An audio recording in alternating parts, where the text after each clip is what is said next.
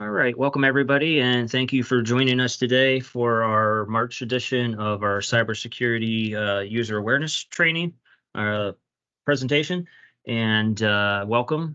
Just a few housekeeping items. Everyone's mic is muted. If you have any questions as we go through the presentation here, I ask that you drop them in the chat. I will try to keep an eye on that as we go through the presentation here. If I don't address it during the presentation, I can circle back at the end and answer any questions that you may have. So let's go ahead and get started. My name is Brian. I'm the Chief Technology Officer here at PCA Technology Group. Also considered as a certified ethical hacker. It just means everything I'm talking about here I know how to do, and just do so to try to inform folks of what to look out for that the bad guys are doing. So we'll go ahead and get started here. So quick agenda. Why are we talking about cybersecurity? Why are we even worried about it? Some of the common attacks out there. We'll talk about USB, mobile, and IoT devices. We'll talk a little bit about shadow IT. If you're not familiar with that term, we'll explain what that is. And then passwords and multi-factor we'll round it off with. So cybersecurity, why are we worried about it? Well, it's mainly to the ultimate thing is obviously you want to protect your employees, your clients, your organization, things of that nature. AI is also big in cybersecurity right now. We'll touch base on that and how there's good sides and bad sides to that. Insurance as well is another factor. So long gone are the days that you can just if you do have cyber insurance policies that you just simply answer yes and no questions, in four or five questions. Nowadays, there's multiple pages that you have to answer, and one of those situations where the insurance companies are taking this very, very seriously. And if you actually don't provide proof that you're doing it, they may not renew your policy. So, they realize that a lot of folks are just checking the boxes, and that's not cutting it anymore. So that's another thing to think about. And then the final piece of it is in compliance. And ultimately, while security is a piece of compliance, compliance is actually if you have a good security program and you're following good security policies, more likely than not, you would automatically end up in the compliance realm for the most part. There might be some policies and procedures that you might have to change, but if you have good security programs, usually the compliance would be followed by default. But that's another thing too that you have to make sure if you're trying to create a specific instance around one of those compliance things. So who's responsible? Ultimately, whoever sits at the top of your org chart. Sometimes that's directors, sometimes it's CEOs. It doesn't mean technically they have to be the ones that create this, but ultimately they are the ones that are responsible for this. And truly they should be living and breathing this throughout the organization, so others they should be leading by example, so others would follow along with whatever security policies and procedures that you have in place. Management that's below that top of the org chart. It could be directors, it could be C-level suites, it could be middle management, things of that nature. They should make sure that whatever policies and procedures that are agreed upon should be being followed by their direct reports. So again, they should also be actively participate in the reviews of those policies and procedures. They should also be actively creating those policies and procedures. And then everybody that's underneath management, everyone else that's outside of management, you really should know what the best practices are. Some of the threats and tactics that are used by the bad guys, which we'll cover here in this presentation. And then if always question something too. If something seems off or questionable, you should really bring that to someone's attention, whether it's your internal IT or whether you pick up, if you're using an outsourced party that is handling your support desk or IT needs, you should reach out to somebody and just question it, because more likely than not, if you're questioning it, there's probably something in there that is making you feel that way. So you should definitely address that before acting or doing anything that could provide bad guys a way into the network. So that last layer of defense is what we like to call the human firewall, and that's really the people that's in the chair. So your best. You could have the best products, the best security, from a technical side. All it takes is for someone to open up the front door and let those bad guys in, and it basically subverts all of your technical controls and things like that. So this is really the last layer of defense, and actually it's the layer that is attacked the most. Bad actors don't go after the technology trying to get in from the outside. They try to manipulate the person that is in the chair, and they do that through social engineering. And there's a variety of different ways that we'll talk about how that's done. It could be done through phishing emails, which is the choice of methods. Probably 90 to 95% of the attack methods that are done through social engineering are done via phishing. And out of all the attacks that are out there, actually, social engineering really accounts for about 90% of all attack surface and threats out there, because it's so easy to manipulate folks into getting them to do what they want to do. So that's why it's so heavily used. They don't have to attack the technology; they just go after the human. So we'll show you some examples of what that looks like and how they do that. The most common attack methods, as we mentioned, phishing emails. So we have emails up there. It's spear phishing is just a more targeted version of that. We'll show you that. BEC stands for Business Email Compromise. A lot of times what they do is once someone falls for a phishing event, they tend to go in and look at your conversations, previous conversations with other entities in contacts, and they try to leverage those previous conversations and try to manipulate the people at the other side that you were communicating with based off of previous knowledge from those old emails. So if you have your whole life's story in your email, and you keep every single email that you send and you don't archive that offline, basically they could leverage everything that you have in your email box if they were to compromise your email account. So just be aware of that, periodically you should be dumping that data to an external archive where you can access it if you need to, but it isn't buried in your email account. And usually it's yearly, is not a bad thing. Unless you're dealing with a lot of sensitive information, you might want to do it more frequent then. But anyways, trends, ransomware. So if you're not familiar with what ransomware is, basically bad actors get access into the system, and they basically lock your data. They encrypt your data to the point where you can no longer use it.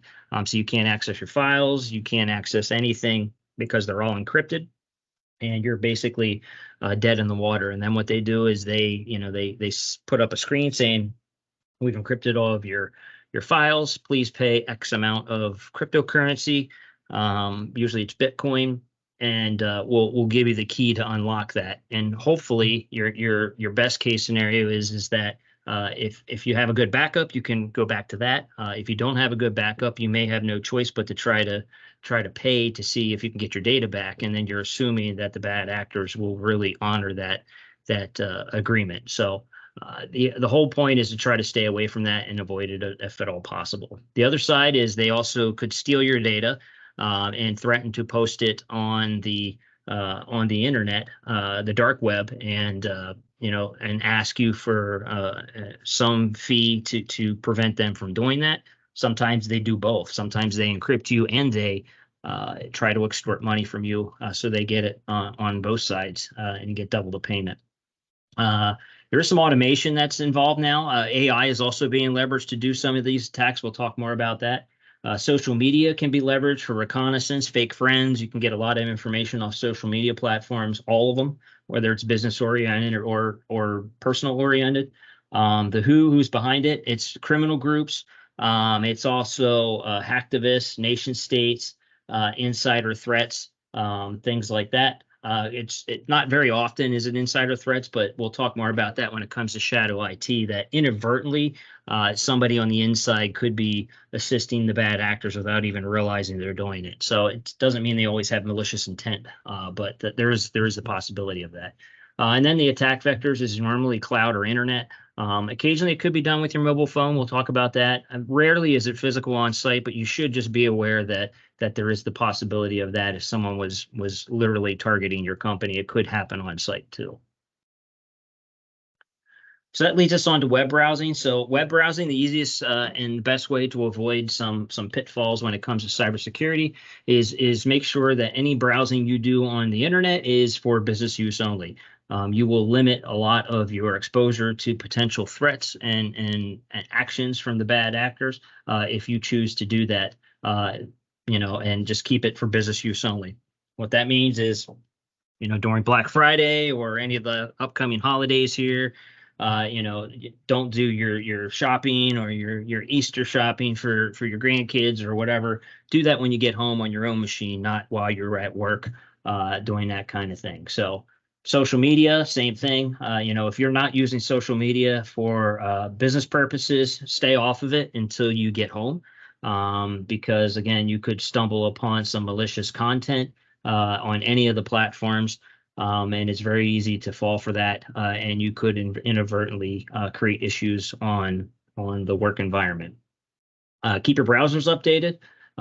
In most cases, the browsers nowadays will inform you that there's updates available for them. So whether it's Edge, Safari, Chrome, Firefox, any of those common ones out there, more likely than not, they will notify you up in the upper right-hand corner, and I'll show you that here coming up here, that there's updates available. If you see those, please update those as soon as you can. But the bad guys are also leveraging this as a potential way of tricking people, and I'll show you that tactic. So how to distinguish what is real and what isn't real. And then when it comes to pop-up windows, if you follow the number one rule, there's keeping things business use only. A lot of times you'll avoid pop-ups, malicious pop-ups, potential malicious pop-ups. And the browsers themselves do have some pop-up blockers in them as well too, that take care of this fairly well. But in the event that you do stumble upon a site that you may or may not be necessarily aware if it's malicious or not, and you're a little concerned about clicking on the pop-up window because it could be malicious, you can hit Control W on your keyboard or Control or Alt F4 on your keyboard. One of those two methods will usually close down that window or your browser entirely, so you won't have to click on those areas. So this is a tactic. It's called a browser in the browser attack. So what this is leveraging a couple different things. First, it's leveraging the fact that users do not like to remember their passwords. So that's the first and foremost thing. The second thing is that this is also manipulating the fact that this is a way of not remembering multiple logins as well too. So in this case, this is something leveraging what's called federated SSO, and SSO stands for single sign-on. So what this is this is a method of authenticating to third-party sites using an existing login that is part of that federated group, but leveraging an existing login at another site. So in this case, this is maybe you're logging into Canva because you use that for photos or whatever, art, something or another. Again, if it's not business use, you stay off of Canva and you wouldn't have that problem. But in this case, let's say you do leverage Canva for some reason or another. And in this case, you're trying to sign in to Canva. And this is an example of Google. You're leveraging your Google account here. So in that case there, you're leveraging Google. And it's a matter of now on the Canva site, you're going to actually put your Google credentials in there. So you would put your Google email in there, and then you would put your Google password in there. And because this is a federated SSO site, it would leverage that login for the Canva site. So you could now leverage your Google credentials to log into Canva. And this works with Apple, it works with Facebook, Discord, Steam. It works with a whole bunch of different other potential accounts that you may or may not already have set up, Discord, and things like that. So let me show you here why this is dangerous, because the bad guys know a lot of folks are using this. So in this case here, in this screen here, This is an example of two instances. One at the top here is Facebook. On the left-hand side is a phishing version of this, which is a malicious version of this window. So when you log in, when you go to visit that site, it's going to pop a window up, usually in the center of the screen, and ask you, do you want to use your Google? Do you want to use your Apple? Do you want to use your Facebook? So these are examples. And now I'm selecting Facebook. So now this is the screen that you're going to see that comes up in that window next. It's going to ask you for your obviously your Facebook information. So in this case, you're going to log in. If you fall for this, you're going to log in under the phishing side of one and put your username and password in there. For that you already have for Facebook, you're going to hit log in. It's actually going to log you into that account, but what you may not realize is it's also sending your login credentials to the bad guys, because this was specifically set up. The phishing version was specifically set up to steal those credentials so they can use them later on down the road. Now, if you look at these real closely visually, you really can't tell the difference between the phishing version of this and the real version of this. Screen for screen, they look exactly alike. If you even go as far as to, if you're a tech savvy person, if you click on the padlock at the top, the phishing one is going to show it's facebook.com. And so is the real one. The URLs are going to match exactly too. So even if you look at the full URL, if this was extrapolated out, they match 100%. So visually, there's absolutely no way for you to tell the difference between the phishing one and the real one in this case. And this here is just the bottom side is also an example of the phishing version of this. This is, again, the left one is just leveraging Google. Now, if you look at these side by side, there is a difference between the two of them. The phishing one does have a create an account at the bottom there. If I wasn't looking at these side by side, that really wouldn't raise any red flags to me, because even if I hover over that, it's showing a true Google URL and things like that. So again, if you put your credentials in that fake one, it's going to allow you to log into whatever site you're trying to leverage your Google credential for. But unfortunately, it's also going to send it to the bad guys because that's what it's designed to do. Again, padlocks are going to show Google. The URLs are exactly the same. Visually, there's no way for you to tell. So my recommendation, there's actually three things that you can do to figure out if this is real or if this isn't real, or if it's fake. So the first thing is my first recommendation is don't leverage other accounts for other websites. So don't even use this SSO. And the reason why I say that is because if in fact you are leveraging this at many sites, let's say you're using your Apple account at many other sites, if your Apple account were to get breached, any place that is used, technically the bad guys could get into those sites leveraging that login. So if you're using this at 20 other sites, all 20 of those sites are susceptible now. If in fact you're using separate logins and separate IDs for every single one of those accounts, they have to breach all 20 of them to do the same thing. So it's a much more layered approach, and you're much more secure by using individual, whether it's your email and a password or whatever, just so you're not leveraging a single account for everything. The other method is that if you actually, so when this screen pops up, before you put any of your information in there, what I want you to do is you can grab the top bar of that screen that pops up. Now, this is going to be inside, it's going to be in the middle of a browser window that you already have open for whatever site you're trying to go to. So if it's Canva, the Canva site will be behind this window. What I want you to do is to grab this window at the top bar. I want you to right click on it or left click on it and try to drag that window outside of your browser window. So try to drag it literally outside of the screen, the border of the browser window. If it actually lets you break the borders with the window, and it actually opens up on your desktop then as a separate window outside of that original browser window, that is more than likely the real site.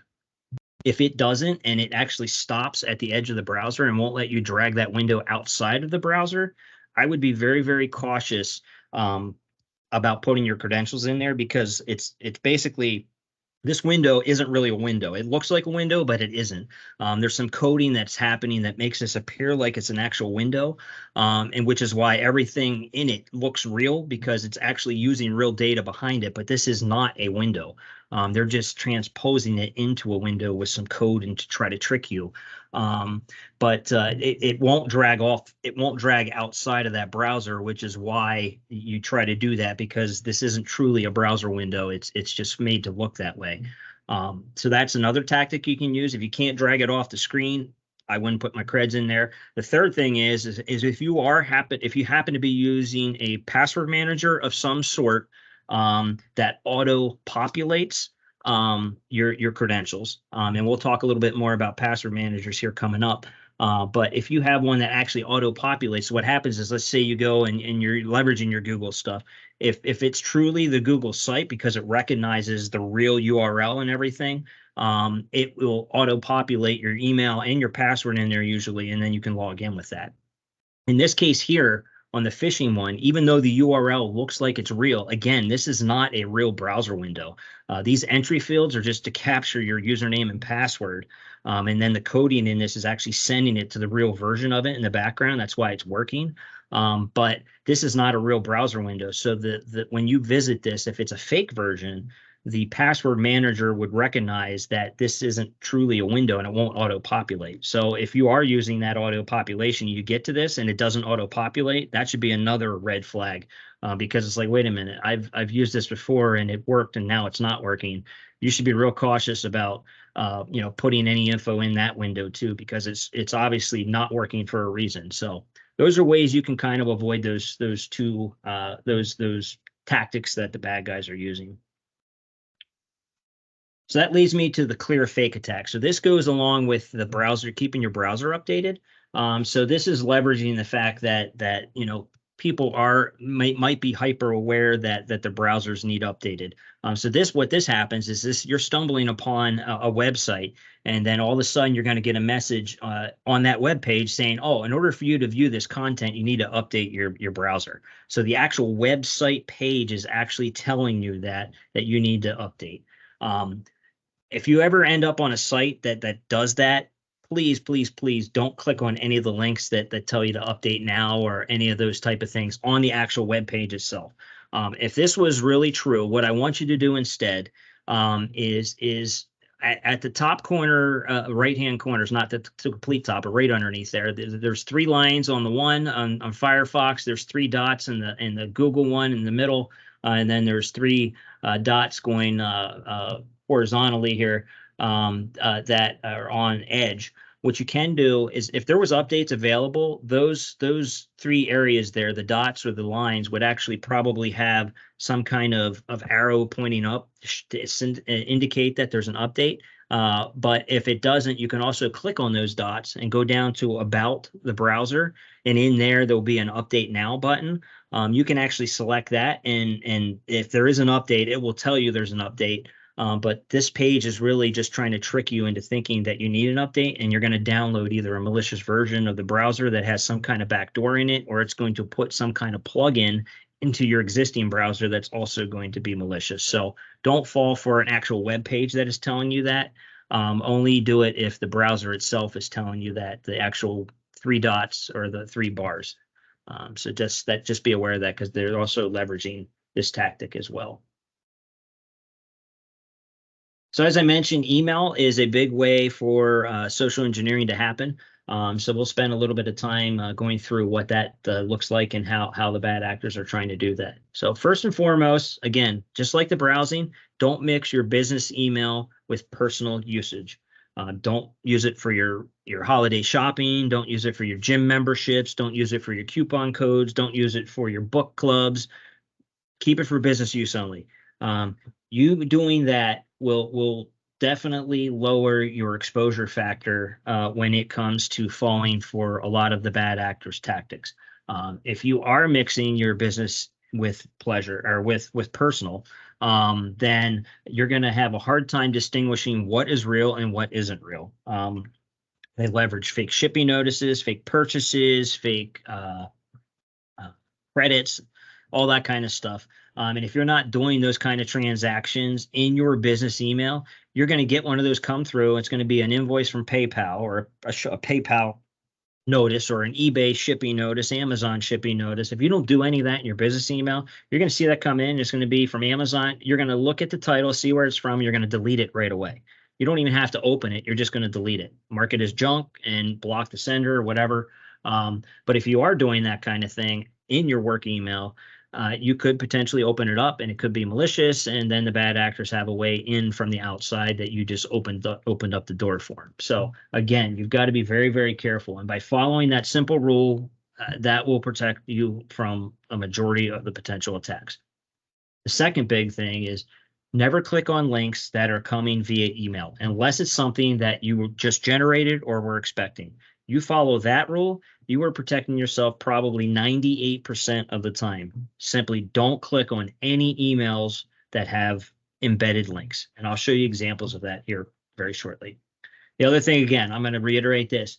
If something looks out of place or doesn't feel right, ask or report it before you interact with it. Don't click on the email. If something looks weird and it just doesn't seem right, or you get an email out of the blue from somebody you haven't communicated with in years and years and years, it's very well possible that if you have an uneasy feeling about that, please report it before you get too far into potential trouble with it. If you're one of our clients, you can call our service desk. We can quickly remote in, take a quick peek at that, and see if we think it's malicious or not. We can look at some things behind the scenes also to determine that. It won't take long to figure out if it's safe or not. And by you doing that, you're also potentially avoiding an issue that is bigger down the road. So we'll show you some examples here. So this is an example of a general phishing / farming email. So what this is this appears to come from a known entity. In this case, it's Microsoft Outlook. Oh, well, my Outlook's on my emails through Outlook. So, okay, I better listen to this. Well, guess what? It says, oh, my password's expired. Oh, crap. Oh, gee, what am I going to do? I can't get into my email. I need my email for work. And if my password's expired, well, if your passwords are expired, first of all, you're already in your email reading this message, so that should tell you a little bit about something. But anyways, in this case, this is not a real message. This is a message that is saying that your password is expired, and I want you to, I want you to go to this link here that I sent to you that is change your password. And if that's not good enough, maybe I can convince you to click the other link that I also included immediately below it. That also says click below to change your password. So I've given you two handy ways of changing your password. And again, you're already in your email. So if your password is expired, how are you already in your email reading this message? But anyways, again, the idea is that if you get one of these emails out of the blue, I don't want you to click on those links because this is a malicious email. Its intent is to get you and entice you to click on those links. So what happens is, let's say you do fall for this. You get this email, you fall for it, and you click on one of those two links. It's just like a malicious web page. It's going to send you to a website that looks like Microsoft Outlook, and you're going to put your username and password in there, and it's probably going to give you some kind of error message, and it's going to do one of two things. It's going to keep giving you an error message every time you enter your password in there, or it's going to do that one time, and then the second time it's going to work. So let me explain what happens. So this is designed to capture your username and password. So you're visiting a malicious site that, again, is set up just to capture that information. And because it's a malicious site, whatever you put in there is never going to work because it's not the real site. It's always going to give you an error message. It's just sending that information to the bad guys. Real smart hackers, what they'll do is they will allow you to do that one time, and then they will redirect you to the real Microsoft site the second time. That way, when you put your password in there the second time, it's going to work because you're on the real site and you didn't realize they actually moved you to the real site. And you'll just think you fat fingered or mistyped your password the first time, and you won't even think anything about it. So they still got you. In this case here, if you get one of these emails out of the blue, or any emails that have any embedded links in them, and it's not something you just generated or were expecting, and I'll get to what I mean by that. What I want you to do instead is, if you think this is valid, I want you to open up a brand new browser window, whatever browser your choice is, Edge, Chrome, Firefox, Safari, whatever it might be. I want you to go to login.microsoftonline.com, in this case, because it's pretending to be Outlook, or outlook.com, whichever. And then I want you to log in there. Because one, you type the site yourself. You actually know you're getting to the right site. You're not blindly following some links that may or may not be taking you to the real site. You follow that rule, you will protect yourself, like I said, probably about 98% from the phishing attacks that happen out there, because they need you to click on these links a lot of times. So I'll show you some more examples here. So this is just a graphical version of it. Again, bad guy over here, sending you an email to the target. The target clicks on a link, sends you to a fake website. You put your credentials in there. It sends them to the bad guy back, and the bad guy is now using those credentials that you basically just send him. And this happens almost real time. There's really people monitoring these sites all the time. It's not just one individual. It's usually groups of entities. And they will leverage whatever account you put in there and actually access your account almost immediately. So you got to be very, very careful. Again, don't click on the links in these emails. This whole chain of attack goes away. It doesn't happen because you've avoided it. So here's another example. This one's called spear phishing. So the first one is phishing, where it could be going after anybody and anybody. It's basically send out bulk emails to try to get people to click on these links.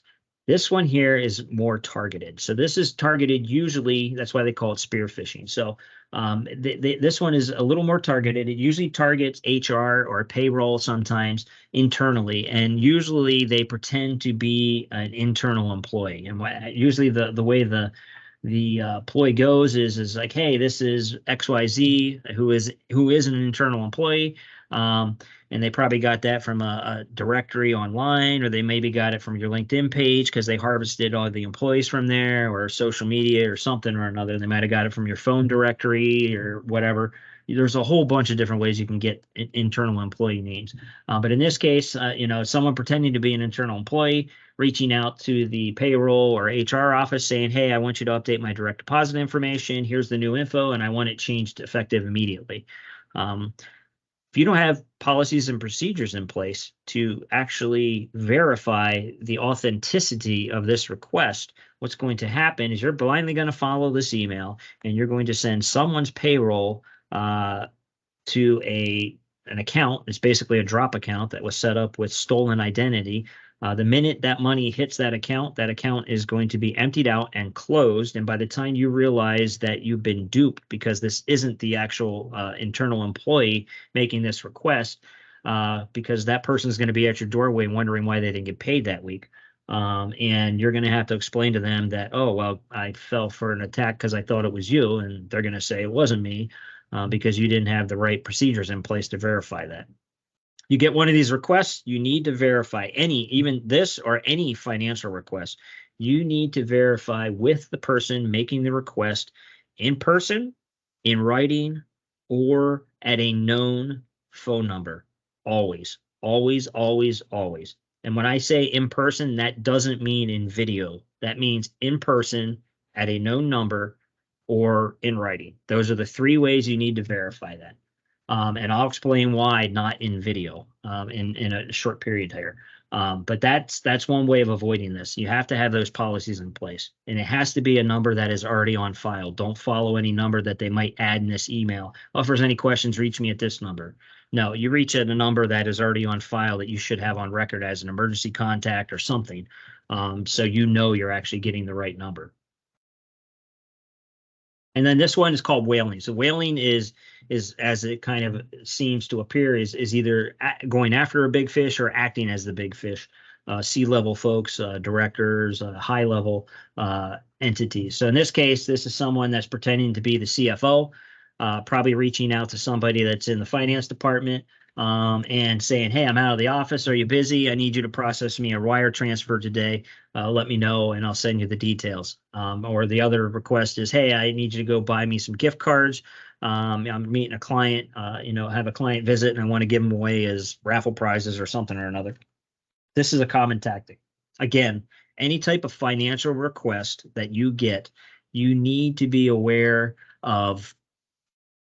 Again, you need to verify it with either in person, in writing, or at a known number. Always, always, always. And I'll circle back to why not video here in a short bit. So this is another tactic the bad guys are using. It's called consent phishing, and what this is leveraging a built Microsoft application. You probably won't run into these too often, but in the event that you do, you usually have to visit some type of malicious website or click a link to get to this point. But if you ever have a window pop up that looks similar to this window here on the screen, asking for permissions, and it's an application saying, hey, you can either cancel or accept. Whatever you do, please don't just blindly hit accept there. Because if you're not careful, if you look at what this is asking for and you just blindly hit accept here, what this is actually doing is this is giving this particular application that is malicious in this case, you're basically giving this application complete control of your entire Microsoft ecosystem. That's everything in your email, everything in your Teams, everything in your SharePoint, everything in your OneDrive, everything in Microsoft, everything. And this also, if you happen to be using multi-factor, if you don't know what that is, we'll get to that. This will bypass that too. So you definitely need to be very, very cautious if one of these pops up. If you ever do get one of these, again, reach out to either your internal IT. If you're a customer of ours, reach out to us, and we can quickly log in and see if this is valid. In most cases, anytime this pops up, it's probably malicious. Now there are some cases and products that do leverage some of this integration and things. So unless you're implementing some kind of changes that would do that, these are probably not valid requests. But it's always safe to be sorry, or better safe than sorry, than to just blindly click on this stuff. So you need to be aware of that. The other thing is QR codes. So you do need to be a little cautious with these. I'm not saying you can't use them, but you also need to be aware that they could be used for malicious purposes. So these are the little barcode things that sometimes are sent in emails. Sometimes, they were big and still are big on touchless menus at restaurants and stuff. Sometimes it's on cards and things like that.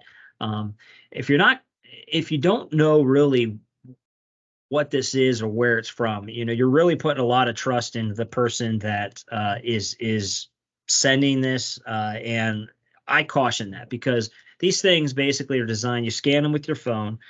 You don't know where it's actually sending you until you get there, because usually it will tell you a URL or where the website that it's going to, but more likely than not, they are shortened. So you really can't tell where it's sending you because it's a shortened version of it. So you don't really see where it's sending you. And it's one of these situations where you don't know until you get there. And after you get there, it could be too late if it is malicious. Now, I know people use these for Venmo. I know sometimes PayPal does it. They have special codes and they usually have their emblems in them. Those are different.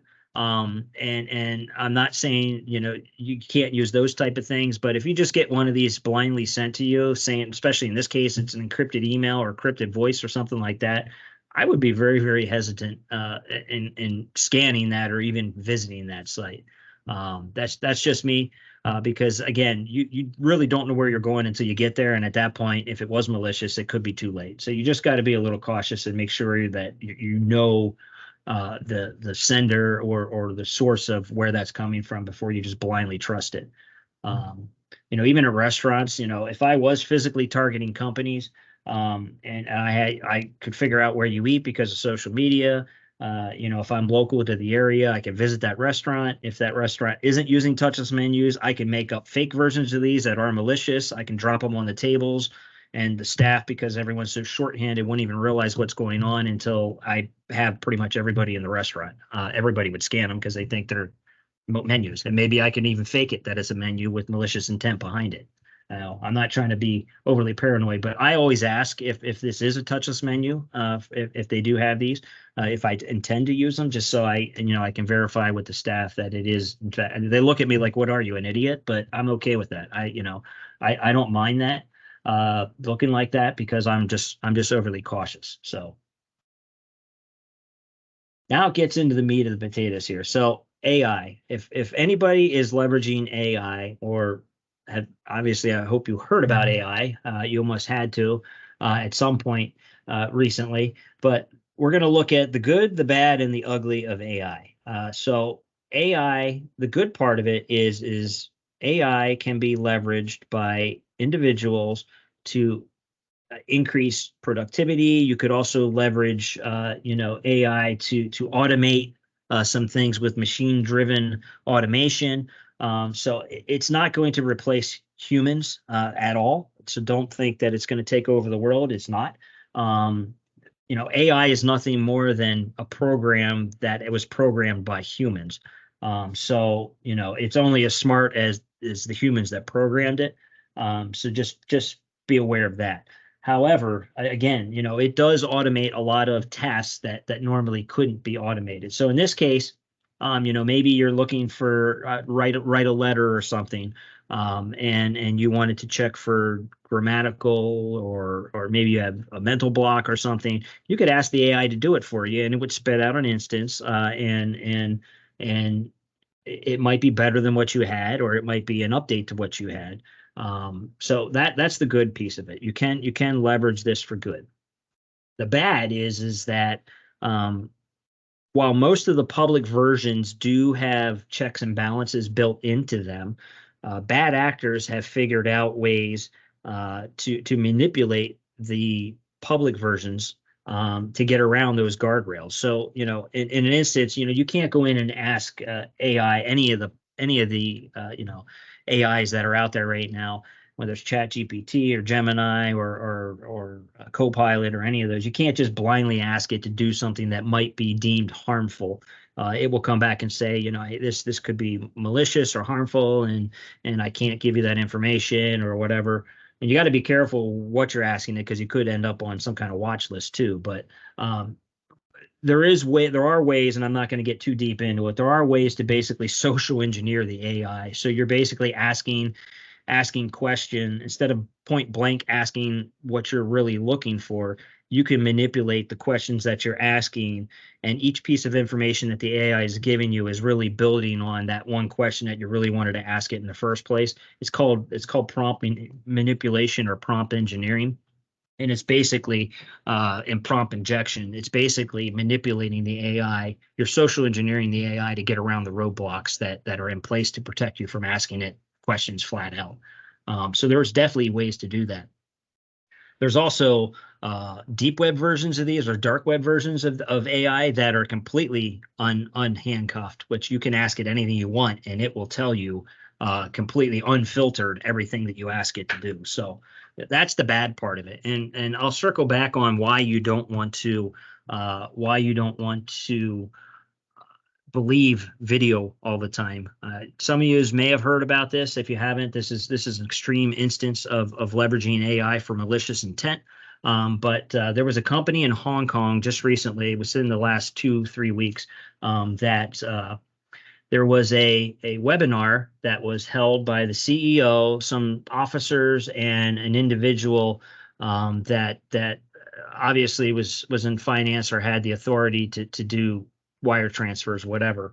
And I'm not quite clear. I thought initially it was a female, but I've heard now, someone corrected me, that they thought it was a male. But regardless, it doesn't matter of the sex of the person. But this person during that meeting, was communicating with the CEO and the other entities that were on that meeting. And then the CEO promptly asked that individual to transfer money, $25 million, in fact, to an account. And that person followed the direction.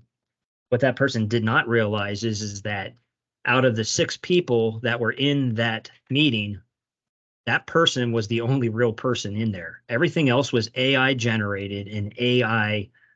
It was actually they were interacting with artificial intelligence entities in that meeting. So it's actually not that hard to do, believe it or not. They mock the voice of the C-level people. They mock the voice of the directors. They've got video footage of them, and they were moving around and talking and acting just like it was the CEO. And the person didn't realize it until they already moved that $25 million. And I'm not sure if they ever got it back or if they lost it all. But that's why I say don't even trust video at that point, because or if you're going to do it, what I would do is call the person on the phone while you have them on video and see if they actually pick the phone up on the video, because AI isn't going to be able to fake that. And that's something, or you come up with a code word was another thing that other people mentioned too, that, you know, the AI wouldn't be aware of. But you really only need small samples of voice. It could be done with me too. I post these on YouTube. They have all these videos, all these voice things. They only need like 30 seconds of voice and probably 2 minutes of video, and they could generate me saying stuff that I'm not even technically saying. It's not me saying it. And so you've got to be very, very careful with video when it comes to AI. The ugly part about this too is that you need to realize that if you are leveraging AI for some automation, whether it's proofreading or anything, you need to make sure that you're redacting and pulling out any type of private information before you give that into AI, because technically that AI could regurgitate whatever you're feeding into it. I mean, again, everything you're putting into the AI is being used as a training data. Even in private instances, I know they say that they don't share that information, but I'm not sure if I 100% believe that entirely. So I always tell everybody, if you're going to be using it, that's fine. And there's a lot of value to it. There really is. So I'm not saying stay away from AI either. But just make sure you're pulling out any potential private information that could be, sensitive, whether it's social security numbers, account numbers, bank account numbers, names, addresses, those kind of things. Pull that information out of your document, let it go through the AI, and then put that information back in once you're happy with the results that are coming out of AI. So that's the ugly piece of it. And again, it does allow bad actors to leverage things within AI. The AI could do this for them and automate things for them that they may not necessarily have the skills to do.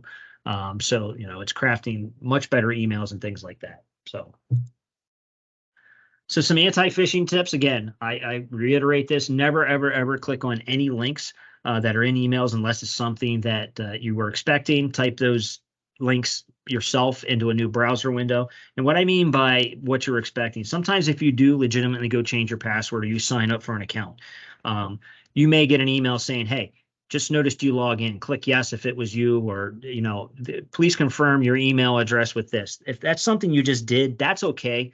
Because it's something that you just generated and we're expecting that type of response. But if you're getting those things out of the blue, that's what I'm talking about. Don't click on those type of links.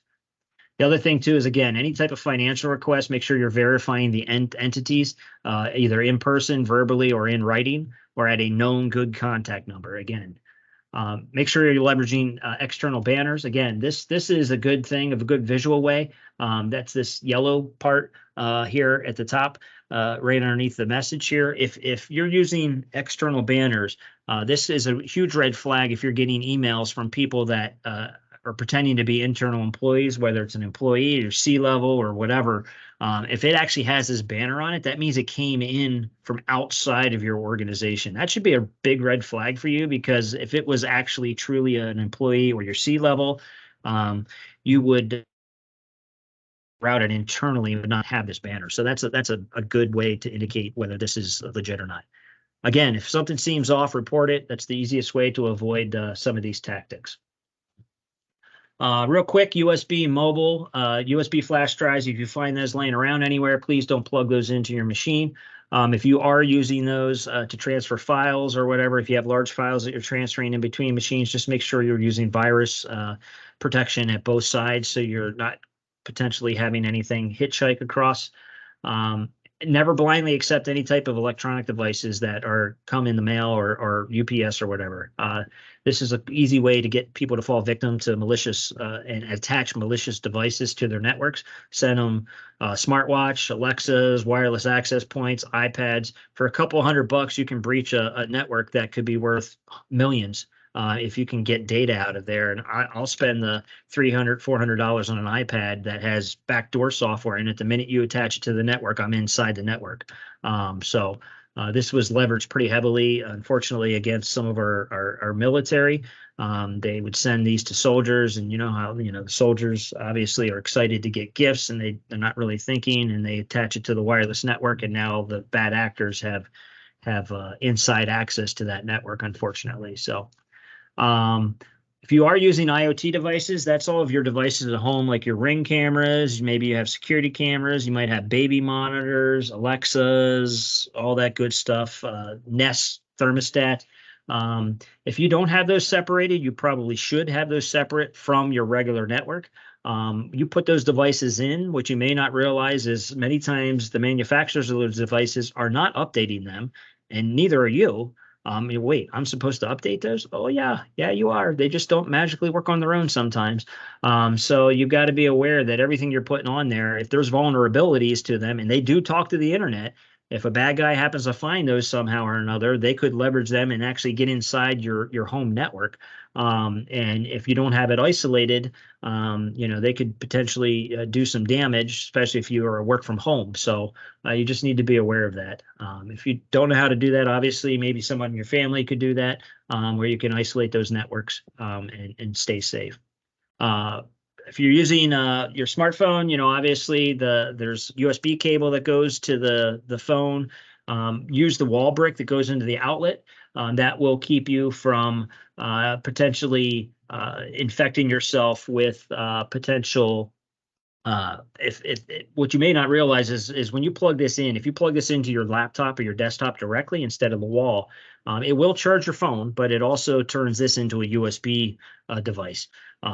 Some phones do ask if you want it to do that. Others just do it automatically. It does it without even asking. So that's one thing. If there was something malicious on this waiting to be plugged into a Windows network, it could potentially infect the network inadvertently. And that goes when you're out and about too. So there's something called juice jacking. And basically what that is, it is setting up malicious public charging stations. It could be at an airport. It could be at a hotel lobby. It could be at the coffee shop. It could be at the bookstore. I would be very cautious using any type of public charging station out there. Because again, you plug that in, it's going to charge your phone. But if it's a malicious version, again, I mentioned it turns it into this into a USB device. While it's charging your phone, it's also pulling everything off your phone, all your pictures, all your contacts, all your phone messages, your text messages, your emails. It's pulling every piece of data off that, and passwords. If you have those in there, it's pulling it all off. So there are some devices that will block that. My personal advice is wait till you get to your car, or wait till you get back to your room, or wait till you get at home, and charge your phone using one of those methods. That way you don't fall victim to these. Vishing, this happened with MGM and Caesars, the casinos. If you haven't heard about that, basically this is someone calling in. The bad actors called in. There's actually a bunch of kids that did this. Well, the kids actually performed the work. They are controlled and ran by adults. However, they don't do any of the hacking, because then if the kids get caught, they're actually under 18, and usually the records go away because they're minors at that point. And they never catch the big fish. But anyways, this was a bunch of kids that actually called up one of the casinos pretending to be IT support, saying that they noticed something on their machine, and they let them right in, and then they ended up hacking them because they let them into their machines. So we always tell our customers that, yeah, there's sometimes that because we have utilities and stuff on your endpoints that might monitor and alert us to things that you may not be aware of. We may reach out sometimes out of the blue. What I want you to do is, instead of just blindly following that request, at least at this point, we always ask that, hey, I'm in the middle of something. Can I call you back in 5 minutes? Wait 5 minutes, call us back at our office number, ask for that individual, and you'll know that, in fact, that it was really us calling. Otherwise, they could pretend to be us if they figure out who the IT company is. And that could happen to companies too. And then smishing is texting. So that's kind of the other thing. This a lot of times this goes with there's a term out there called pig butchering. It's basically they send you a blind text saying, "Hey, had a great time last night," or can't wait to get together again. And your natural reaction is, I think you got the wrong number. Well, they got you. You're interacting with them now, and now they're just going to keep playing like you got a new friend. They're going to ask you to hey, I got this new crypto thing, or I'm making millions of dollars and all this stuff, and they're going to sucker you into this whole Ponzi scheme thing and drain your bank accounts and your life savings for everything you got. So if you're getting text out of the blue of a number you don't recognize, or it's acting like you don't recognize, just block it. Don't even interact with it. Block it. Don't interact, and move on. So that's the easiest way to avoid those tactics. So shadow IT is basically the use of devices, software, applications, it could be cloud services, things like that without authorization. So this doesn't necessarily mean that it's done with malicious intent.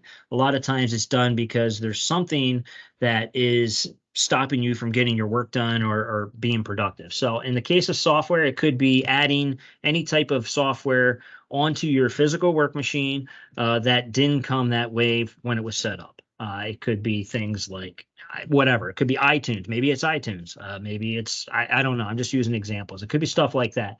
Anything, maybe it's a PDF reader because, oh, I need to open up a PDF. Oh, well, look, there's Google says I can just use free PDF reader and I'll just download that. That's a form of shadow IT. If you're missing a piece of software, what you should do is ask IT about it or reach out and ask what the approved software is so you're not falling potential into this shadow IT realm. A lot of other things, cloud apps, maybe your company uses OneDrive, but oh, well, OneDrive wasn't set up or I have limitations and I don't want to send it there because of this. And I'm going to use Dropbox or I'm going to use iCloud or Google Drive. Well, now you got company data that could be stored in some of these other cloud entities that the company doesn't even know about. That could be a security risk. So again, that's shadow IT because you're doing things that aren't necessarily approved. Remote access. Maybe you want to work from home and you're installing TeamViewer or AnyDesk or whatever the latest flavor of remote access is, so you can remote in and do work like you're sitting at your desk. Again, that you shouldn't be doing that because, again, it's an unimproved piece of software that you're putting on there, and it's an access from the outside in that could be leveraged by bad guys if they were to find it or even potentially exploit your home machine and use that and pivot into the machine inside without you even knowing about it. And then there are some times where security protections are deliberately circumvented because, oh, well, yeah, I can't do that, but I figured out how to do it. I can do it this way and go around the security block or whatever that might be. If you find yourself doing that, it doesn't necessarily mean you're doing it maliciously. It just means that you've found a situation where something is in place that's stopping you from being productive. You need to let somebody know that because ultimately, you circumventing that is not doing any good for anybody. And whatever it is that's stopping you might be the wrong control in place, and it might need changed. I mean, if nobody knows about it, it'll never get changed, which goes back to the first slide that everybody needs to be involved and give input when it comes to security, because sometimes things are in place that might not make sense or might need changed. And that could, it might have worked now, but it might not work later because your business model changed or the way you do things have changed. So you just need to make sure that you're aware of that. Passwords, we'll make this short and sweet. Right now, we're recommending 14 characters or greater. They shouldn't contain at least one special character, which is some examples there. Uppercase, lowercase, numbers.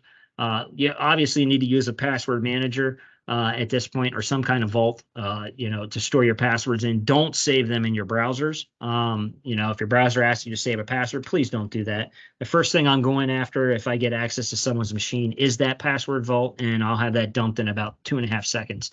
And any passwords you have in there are mine at that point, and I will obviously leverage. So, use passwords, make sure they're strong. I recommend different passwords and accounts for every single site or anything you log into. That way, if one gets breached, you don't have to worry about it. The password manager will remember all that stuff anyway, so it's not like you have to remember all these things. You just pull it up, and if you have auto-populate, it'll fill it in for you. If not, you just have to look the site up. Very easy to do. So that's my recommendation. Multi-factor, if you're not using multi-factor is something you know and something you have. Something you know is your username and password. Something you have is usually a phone. There's a couple different ways. One is there might be an app on here that's generating a code that you need to put in after you put your username and password in. The other thing might be once you log in with your username and password, it might send a push to this and say, hey, is this you logging in? You hit yes. So those are something that you definitely should be using because it's another layer of if your credentials do get compromised, and we'll show you that here in a second, that multi-factor is your saving grace. So the bad guys do know that this is a way to keep them out of the account. So what they do is if they realize you're using multi-factor and you are leveraging that push technology, and basically that's when you log in, it says, hey, is this you? They are doing something called MFA fatigue. So what it is, this only works if your credentials have already been compromised. So, you know, you might be sitting at your desk and all of a sudden you get a beep, and hey, is this you logging in? No. 2 seconds later, beep. Hey, is this you logging in? No. And you keep going and going, and it keeps happening and happening and happening. And finally, you get frustrated to the point where this thing is just driving you crazy, and you hit yes. And now the bad guys are in. If you ever find yourself in a situation where you're getting bombarded with those type of messages, and you do use push, what I want you to do instead is figure out what account is generating that message, and I want you to go and change your password immediately at that account, because the only way this works is that password is known by the bad guys, and the only thing keeping them out of that account is this you saying no here. So just make sure that if that ever happens, that you stop that by changing that password. This is just a visual example of it. I'm not going to get too much into this here. So just some security reminders. Don't click on links within emails. Again, I'll keep reiterating that. Verify the person is who they claim to be for any type of financial request. Make sure you're using strong passwords and MFA, and make sure you're using those securely and stored in a password vault. Think before you act. Make sure you're backing up your data. That's your saving grace. And that's pretty much about it. There will be some certificates sent out. We have a couple other events coming up in the near future here from a endpoint. We have some podcasts out there. Let me see here if there's any questions. I don't think there is, but let me just double check here. I do not see any questions here. So I thank you for your time today. Hopefully this was enlightening, and I hope you have a good rest of your day, and stay safe out there. Thank you, everybody.